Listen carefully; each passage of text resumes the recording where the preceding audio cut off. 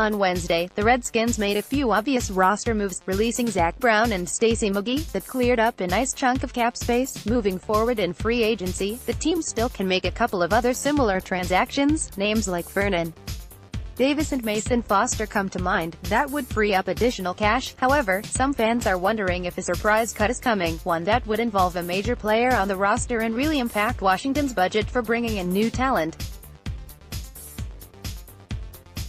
And the player mentioned most often for this type of decision is Josh Norman, but is getting rid of Norman to save $8.5 million the most logical option for the Redskins?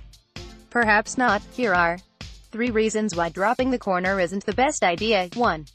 His contract can work this year between Norman and Landon Collins. The Skins have an unusually high amount of cash allocated to the secondary. Still, that situation can function for 2019. On the Redskins Talk podcast Wednesday, NFL financial expert J.I. Hall explained that Collins' $4 million cap hit means the burgundy and gold can handle both he and No. 24 together. According to Hassel, the franchise doesn't really have to make a call on Norman until 2020, when he'll still be expensive, and Collins' price jumps more than $10 million.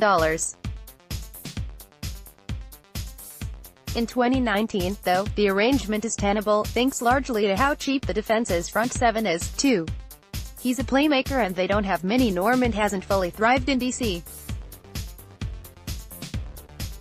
in his 3 years since popping as a Panther, but he's been pretty effective in 2 of his 3 seasons and is coming off what looks like his best campaign in Washington. In 2018, the DB picked off 3 passes, forced 3 fumbles, and scooped up a loose ball. 2.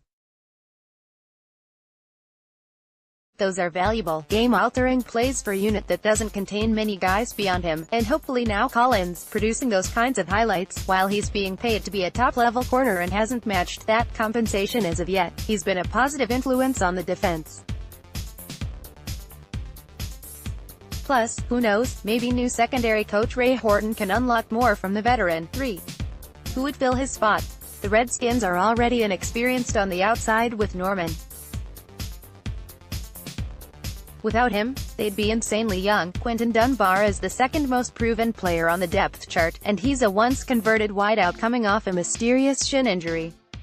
After him is third-year pro Fabian Moreau and then 3 CBs who will all be entering their second go-round in the NFL. Would it be nice to have $8.5 million more to use to address left guard or receiver?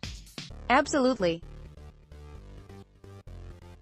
But is that money worth draining an already thin spot? Not really. The best path for the Redskins is to keep Norman for 2019, see how he fits alongside his new All-Pro safety and then reevaluate next March. Cutting Norman now would likely do much more harm to the organization than good. Now, trading him is another story, because at least they could justify getting rid of his skills to bring in another useful commodity. Yet an outright release would be a questionable end to his tenure here. More Redskins news.